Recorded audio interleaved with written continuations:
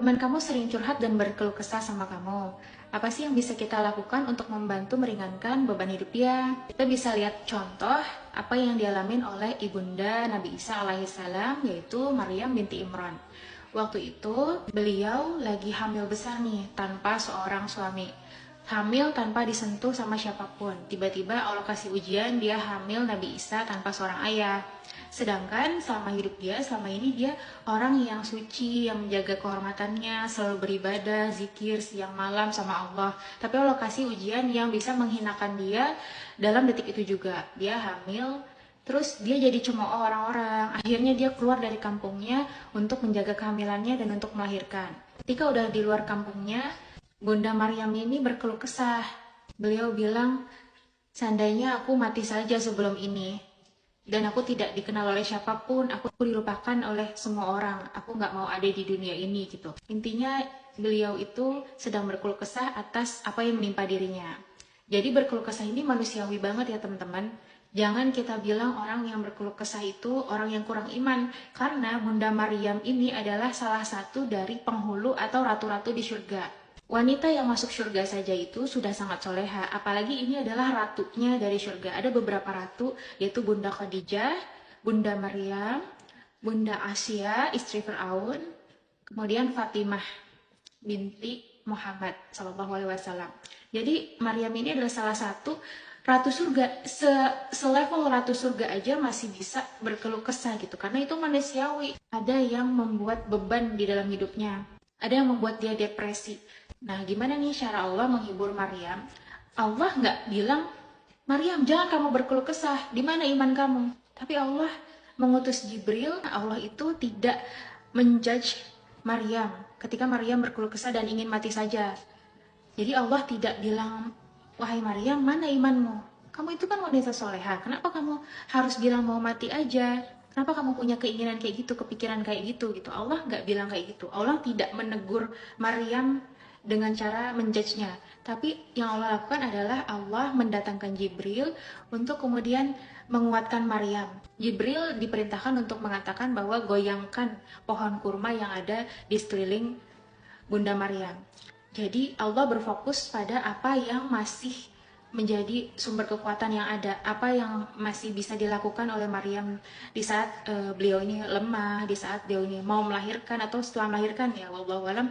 Kalau kita bisa melihat pohon kurma itu sebenarnya adalah pohon yang sangat besar dan keras bagian luarnya karena banyak pelepah-pelepah batang-batang yang udah kering gitu, dan mustahil juga ibu yang sedang melahirkan ini, ibu yang lagi merintih-merintih kesakitan ini disuruh goyangin pohon kurma untuk menjatuhkan buah-buahnya. Tapi di sini Allah memberikan perintah seperti itu. Jadi Maryam ini disuruh untuk berusaha lagi, apa potensi yang masih bisa digunakan itu dikerjakan, nanti Allah akan bantu kok. Dengan segitu mudahnya buah-buah kurma itu jatuh gitu. Jadi yang pertama kita lakukan untuk menghibur teman kita adalah kita gali potensi yang masih ada di diri dia. Yang kedua, Allah itu memberikan makanan dan minuman, disediakan sungai di sekeliling Maryam dan juga pohon kurma yang mudah digapai berjatuhan buahnya.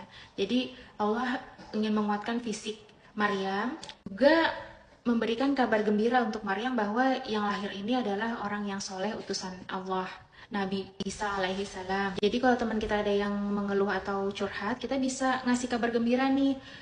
Misalnya ada pahala-pahala apa aja nih yang setelah kita menggali potensi yang masih tersisa, semangat yang masih tersisa di teman kita bahagiakan dia dengan semangat-semangat yang masih ada.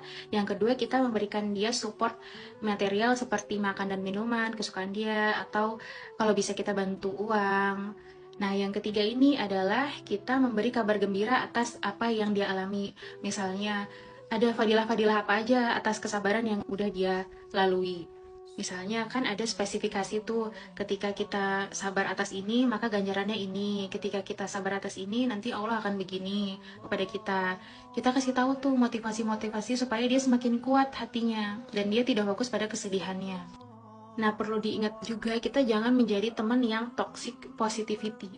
Toxic positivity itu kayak gimana sih? Kita bilang ya udah sabar aja, masa kayak gitu doang kamu nggak mampu, ya udah sabar aja, cuma segitu doang, masih banyak kok yang lebih susah daripada kamu. Jadi kita tidak empati terhadap perasaan dia, dan itu justru malah membuat dia ingin menyendiri, dia nggak pengen jadi cerita sama orang lain karena dia nggak percaya bahwa orang lain ketika diceritakan itu akan lebih meringankan beban dia. Justru ketika kita ngomong seperti itu, yang toxic positivity itu, dia malah semakin terbebanin dan akhirnya nanti ada gejolak-gejolak yang dia ingin melawan di situ. Jadi kalau ada teman yang curhat sama kalian, supaya kalian dapat pahala juga, pahala yang meringankan beban muslim lainnya, pahala yang menyenangkan hati muslim lainnya, itu kita bisa dapetin ketika teman kita curhat, kita bisa lakuin beberapa poin yang tadi aku sebutin di part 1, part 2, dan part 3 juga.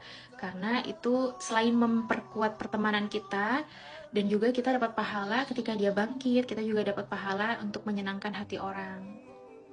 Semangat ya bersahabat.